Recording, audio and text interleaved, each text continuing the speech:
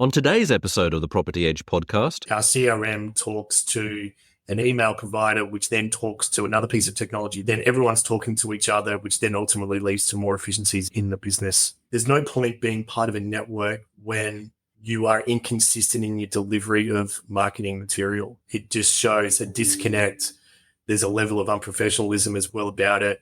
So instead of making 100 cold calls, they may make 10 warm calls. And they may be the only 10 calls they need to do a day to get the same outcomes as doing 100 cold calls. And welcome to another episode of the Property Edge podcast. My name's Rob Turnbull, and today we're going to go a little bit different. We're going to look at marketing technology for real estate agencies. And there's no one better to talk about that with than the head of marketing for Ray White Corporate, based in Sydney, Mr. Todd Alexander. Welcome, Todd. Thank you, Rob. Thank you very much for having me. Excited to be here. To start with, I think the listeners would like to know how an Adelaide boy who went to Brighton High ends up in Sydney running marketing for one of the largest agencies in the country. Yeah, good question. The simplest answer is I chased a girl. The girl is now my wife, and we've got a beautiful little girl together. And so, yeah, one of those sort of sliding door moments where I could have stayed home in Adelaide or try and do something which is pretty cool and pretty unique and move to Sydney. And it's now been 13 years, and yeah, Sydney's been really good to us. And to be honest, Rob, I genuinely would have never thought I'd be in the fortunate position I am, where I'm the head of marketing for Australia's largest real estate group. So I get to pinch myself every day. So it's been pretty cool. But you started out at an agency, correct? You learnt the ropes running the marketing for an agency and then progressed up to corporate. Yeah, that's right. Yeah, so 8 years ago with our Double Bay office, and certainly a baptism of fire within the real estate industry, some of the biggest names, I think, within Sydney real estate, but also Australia's real estate.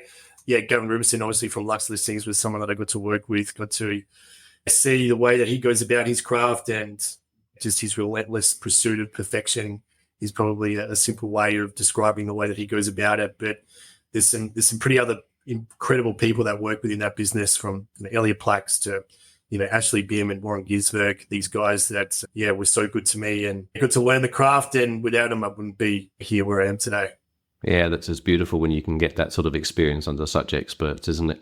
So perhaps we'll jump into marketing technology now, and if we start with Ray White and what you're comfortable to share with Ray White, can you explain the Ray White One system? What's the purpose of that, and how does it help the individual agent on the ground? So the Ray White One system is a consolidation of around 30 different pieces of tech which all talk to each other, which ultimately drives efficiency and profitability for our agents. And, profitability can be bottom line because we're able to negotiate deals with an economy of scale being so big that we can get a bigger discount for a lot of different, pieces of technology versus I'm just going to create Todd Alexander Real Estate Group, and then I've got to go find an email provider, then find an internet provider, and so on and so forth. So one, we're able to negotiate really good deals. So ultimately it leads to, a better profit line because our guys don't need to invest as much in tech. But two, the key here, and this is probably the most important, is all of our systems talk to each other. And so if we can drive efficiency of use because our CRM talks to an email provider, which then talks to another piece of technology that we own, then everyone's talking to each other, which then ultimately leads to more efficiencies in the business, which hopefully means our people can then focus on prospecting and listing and selling. Gotcha. And so from a marketing technology perspective, I know you've got Canva involved now, and I think Canva will be part of that one system platform. It seems to me, Correct. And this is a bit of a gimme question for you, but obviously giving your agencies access to Canva means that you can create consistency across all your marketing assets that they're creating. You can shoot things out and they can use these things that are consistent with the brand. But equally, it's a brilliant tool. I mean, we use it ourselves. I know a lot of businesses use it, particularly for the non-design minded. It's a really simple tool. What has been the effect at agent level of that partnership? Yeah, it's more time back in the diaries, probably the biggest measurement of success. The best thing for me about Canva, outside of all those things that you've mentioned, is their APIs gives us the ability to create a really unique platform within Canva. And so what I mean by that is there's two APIs in particular that we're able to tap into. One's the autofill and the other one is the Connect API. And so through software that we've created ourselves, we can create a workflow where the agent doesn't necessarily leave our ecosystem for them to get marketing assets which are housed in Canva. So really loosely speaking, we've created EARS, Express Auction Reporting System. So on a Saturday being game day for our industry, we'll do 1 in 4 auctions around Australia in a week. So on Saturday was when we do the majority of the auctions. And so as an agent, we can actually send them a text message. They tell us how well the auction went, how many registered bidders, how many active bidders, and then what was the final price. Those details then go into Canva. Then through the API, Canva spits back a social asset right on their phone, which then they can download and then they can share across their social media channels.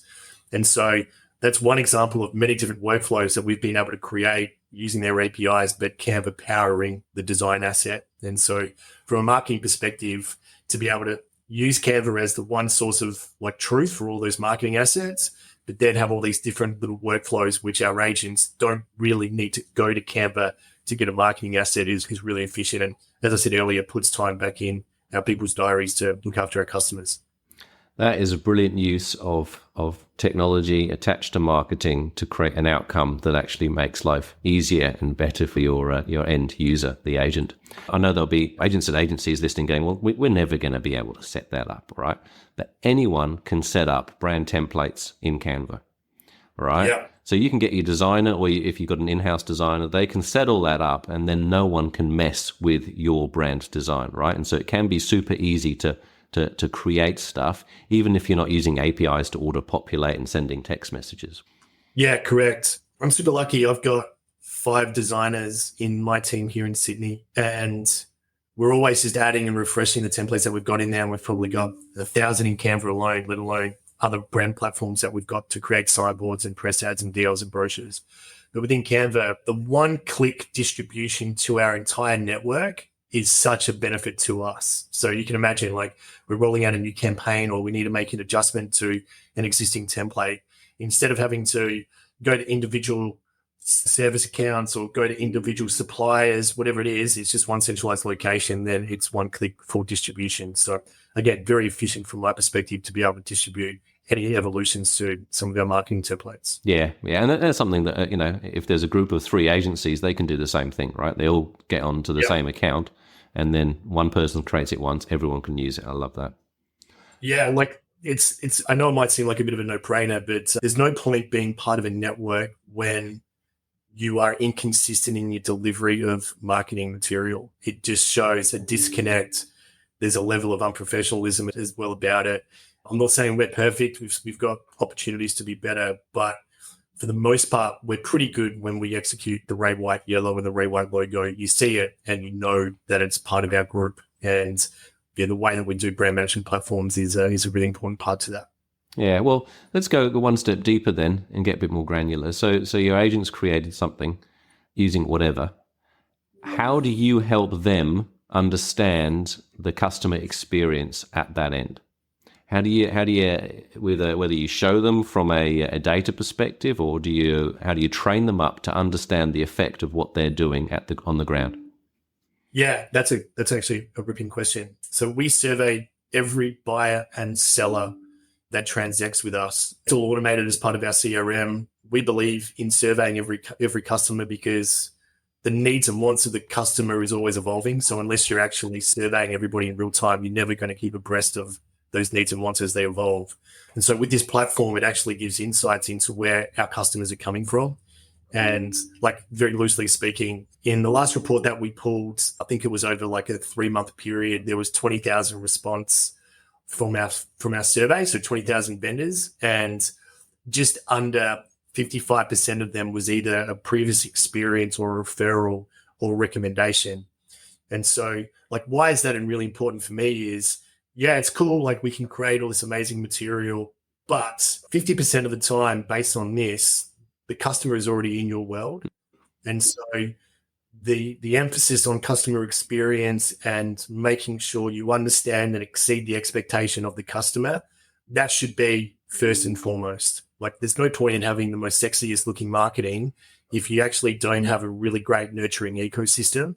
And so we're Ray White, we've invested heavily in providing technology which supports that. And there's a bit of a buzzword within our world at the moment, which is something called Nurture Cloud, which is a piece of technology which we've bought and we've evolved and which is going to be our future moving forward. But the idea is that it supports our agents in nurturing our customers, and marketing plays a role. But for me, like, the fundamental needs to be like, let's make sure we look after our own backyard and look after our customers first and foremost. All right, so I'm going to put something to you here. Imagine a couple of gun agents come and say, we're going to set up our own agency. We want you to run marketing for us. You agree. And what is on your shopping list? What marketing technology is right at the top there? What are you subscribing to from day one? Yeah, Nurture Cloud first and foremost, by a long way. I know that's a very selfish sort of answer because Nurture Cloud is a Ray White owned piece of technology. But yeah, first and foremost, it would be Nurture Cloud because it's designed to be able to be a one-stop agent operating system from prospecting to looking after the customer, like vendor reporting, so on and so forth. So for me, Nurture Cloud would be the top. Second would be Canva, really because I just think Canva is just a great tool. And as you alluded to earlier, like, anybody can use it. And it's just so efficient. Like, the intuitiveness of it is just, really great. And also gives you the ability to personalize it with the APIs. So that's really great. A digital listing presentation, I think, is also really important. There's a couple of good ones out there, third parties. And the fourth one probably would be a reporting tool which really understands like how we're going in the marketplace, and if it's a market share report or just understanding how our competitors are going, just to give us a clear sight of where opportunities are and where we're getting beaten in some of our core areas, would be a really good tool to have. So you've got all that set up. How many personas roughly are you creating off the bat? Oh, that's a great question. How many personas? While you think about it, I'll just explain for the people out there, it's a bit of a marketing term, persona. So persona is essentially a picture of a generic type of customer that you might treat differently to other types of customers. So a persona might be single first home buyer under 30, or newly retired couple looking to downsize in the city, something like that. So you can create loads and loads of personas, but off the bat, what are the most important ones for you?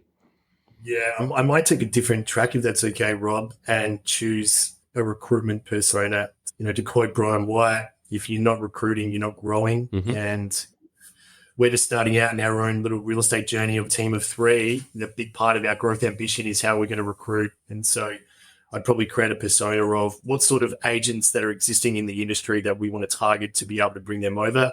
What is our value proposition to be able to bring them over? So persona number 1.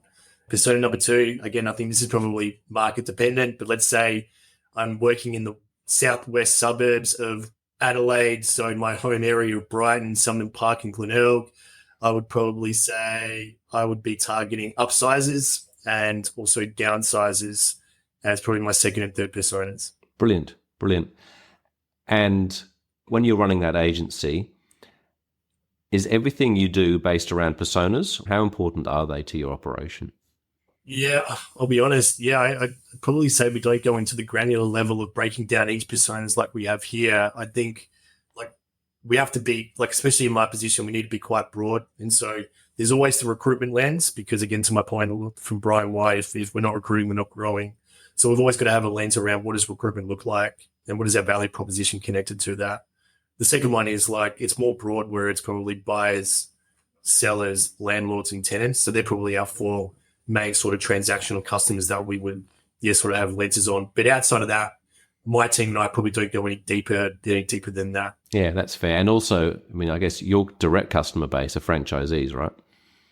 Yeah, correct. Yeah, well, it's a good debate. Like it's quite easy to say that our primary customer is our members, but the good debate that we have internally is, well, our vendors pay our franchisees pay us. So should we be looking after our vendors or should we be looking after our franchisees? So it's always a really good debate. And to quote Jason Andrew, our CEO up in Queensland, like he'll always say, our primary customer is our future. And I sort of like the context that gives because, at any given time, it could be our vendors, which are our primary customer, but then it could be our franchisees, which are our primary customers. So yeah, just understanding that balance given the time of year. Yep. Fair enough. All right, let's shift pace a little bit, and we'll talk about paid rented ecosystems. So domains, realestate.com, even Facebook, and all the socials where you sort of pay to play. And then your owned ecosystem, that's your CRM, that's your website, that's your channels, controlled channels. What's your perspective about how marketing and how the tools that you have can get people from those paid channels into your own ecosystem? They're so important. You've got to get a balance of all possible channels made available. So I always break it down, like especially when I'm having meetings with franchisees around owned, earned, and paid. So to your point, like what owned channels can we really maximize, which have zero cost to it? What earned channels can we get? And that's probably a PR and a media place. And, we're very fortunate with our media team. We've got a 50% share of voice when it comes to all real estate related content being distributed across Australia. And that's pretty powerful, like when you think about it. So why is that important for us? Well, two, is good profiling for our agents and for us as a franchisor. But more importantly, our people can sit in front of Mr. and Mrs. Vendor and say, hand on heart, if you work with Ray White, you've got a 50% chance of us getting free advertising for your property. And that's all driving acquisition, to our environment. And then the third is probably a two-layered approach to the paid. You've got BPA, and then you've got your own investment into your own business. So I think finding the balance of all three is really important. Focusing all on one is probably remiss of the other two. And you can quite easily just get seduced by the easy wins of just doing a bunch of paid. But the juice is really when you've got the balance of all three, especially within your own environment. And just going back to that metric around 20,000 vendors with over 55% of them coming from either the previous experience or a referral, that just shows the importance of just looking after like your own nurturing ecosystem. Yeah. And I guess one of the benefits of your own system, one of the powerful bit is the data that you have and you ongoingly collect, particularly about behaviors, whether it be website visits, clicks on listings, returns, all that sort of thing. Analytics is something that you'd look at a lot, I'd suggest, and particularly your franchisees. How do you get your franchisees into that game, though? Because, I look at it a lot, but my job's marketing. The rest of my team don't look at it at all. How do you get an agent or a principal or someone in that business interested and up to scratch on that side of things? Again, like another really good question. We were talking about this the other week, actually. It's like the art of influence and understanding like what is like if we've got internally, if we've got two people that we need to influence, our business owners and our agents. So understanding what is the main driver of those two customers in franchisee world. So as a franchisee or a principal, it's profitability. So showing insights into data to help get more profitable businesses outcomes, that's probably a big way of influencing them. The other one is agents themselves, and the agents, they get inspired, they get influenced by leads. So if you think about those two really key drivers, then using data to support those two sort of driving forces is really important. And so if I can say to Mr. and Mrs. or Mr. or Mrs. business owner, by using data and using benchmarking against other businesses in our network of your size, you are over-indexing in desk costs, or you're over-indexing in marketing, or you're not spending enough in marketing. And in tow, you're not getting enough leads to your agents. And then that means that you're having a less profitable business. And so we can use data in a way which supports these business decisions. And yeah, we've got a whole network finance team and profit team, which roles is to go into our businesses and make sure that, they're using data to make better business decisions about where they invest into their own respective parts of the business. Yeah, that's a very powerful support system that you provide. But let's go one level down, one more level more granular. Yeah. You've set up your agency with your two gun mates. Yeah. What data are you looking at? What marketing data are you looking at? Calls made and appraisals conducted. Mm-hmm. They're probably the two. Not very marketing specific, very sales performance-esque, but like to quote Mark McLeod, our chief strategy officer, if if you're not making calls, you're not making appraisals. If you're not making appraisals, then you've got no future business. And so yeah. That's fair. That's fair.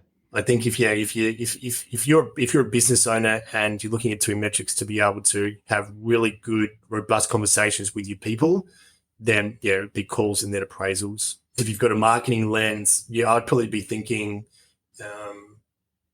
don't get so seduced by novelty metrics like impressions in social media world, because impressions and eyeballs are great, but sometimes those big numbers don't necessarily lead to something tangible like leads. So if you've got an acquisition strategy for using paid social media, search engine marketing, or Google Display Network, or whatever it is, then I'd be looking at something like actual leads generated, leads, which then leads into phone calls, which then leads into appraisals and so on. Mm-hmm. So I know it's a bit more than two, probably we've given you three there, but they're probably my top three.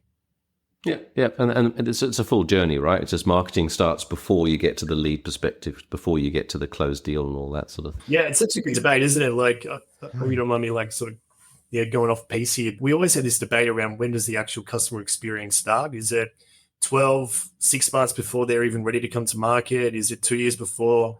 We always talk about, well, especially here internally, like we're in this game of building authentic relationships with our customers, and they're building a trust profile of you as an agent. And so how do they build trust? They sort of see you in social media world. They see the results. They see the DLs in their letterbox. They see your billboards and bus stops all around the place. And they're just sort of slowly piecing this trust profile of yourself. And at times it can be years before they even interact with you. So, be pretty critical on what you're putting out there, because it could be the difference in the next listing or not. Yeah, and that's where brand and awareness marketing is so important, or just brand full stop, right? And so either whether it's your personal brand or it's your agency brand, because that's what people remember. Just quickly, you got a wish list for any marketing tech that doesn't exist out there, or data that doesn't exist? And goodness me, you'd wish you had that, because that would make your life easier. I would love to have one thing that does everything. There's like the MarTech space, prop tech space, it is very disjointed. Like we mentioned, like you asked about our one system, and that's 30 pieces of technology. Like utopia would be like if there was one thing that did them all, from the CRM to Canva to an email bulk SMS platform to a market share analysis tool, do paid social media, like one thing to do them all would be really awesome. That's funny. A number of other guests on this podcast have said exactly the same thing when it came to prop tech as well. Yeah. And just we might finish on AI. Your perspective on AI right now. Is it providing leads that are solid leads? Is it closing deals? And where you think it's going to end up in the next 12, 24 months? Yeah, it's moving pretty quick, isn't it? It only feels like yesterday that ChatGPT and Claude AI really sort of hit our worlds, and now you just see it in everything. Like Canvas just bought, I think they bought Leonardo AI about 6 months ago, and so they're going to try to plug that in, I assume, into their tech stack. I guess to answer the question, it plays a significant role in our day-to-day.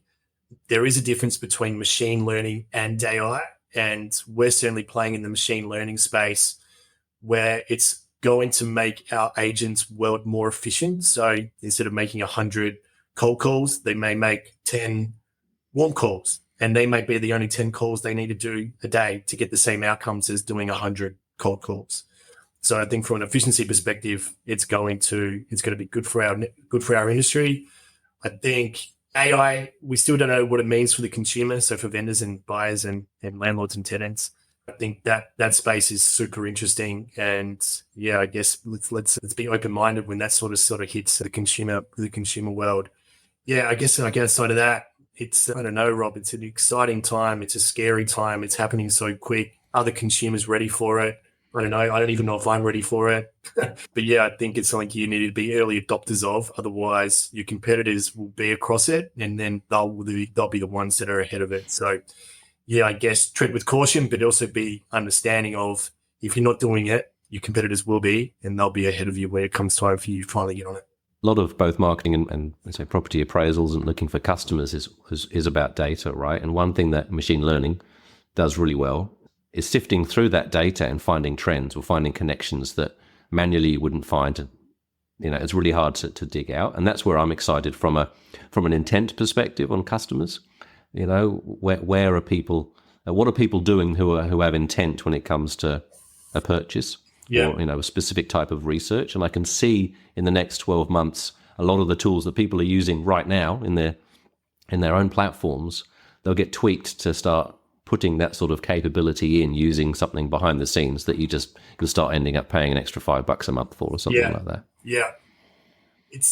I'm going to ask the question maybe a month or so ago about just the consumer and how are we going to be marketing to them? And it sort of just instinctively just went down the AI route. And I sort of took it another turn, which was the way that we digest media has evolved so quickly because of the smartphone. And so by 2030, what does smartphones look like? And what does it look like when we try to talk to the consumer about branding, positioning, tactical messages around, I don't know, we sell 1 in 4 homes or whatever it is? I think that's probably for me like the most interesting of like where are we going to be in 5 years? Because like the iPhone came around like 2008, like in the great scheme of things, like it's only been around like not even 25 years. And so in another 5 years, like how do we digest media? How do we absorb different content styles, and how are we personalizing the content we deliver to the device? That's a really interesting proposition, which I'm excited to see where we land, because that landscape is evolving just as quickly as the AI landscape is changing. Yeah, you're bang on there. And I think that's a pretty good spot to end, because I think us two marketers, we could probably yabber on about this for a long, long time, but I think we'll bore a lot of our listeners for that. So let's not do that. Thank you so much for joining the podcast today. Really do appreciate it. My pleasure. Really appreciate the opportunity, Rob. Thank you. And to our listeners out there, thank you for taking time to listen to this today. I hope you got some value out of it. If you want to see a transcript of this or watch the video, do head over to propertyedge.app, where you can also obviously learn about the amazing Property Edge research platform. But until the next episode, bye-bye.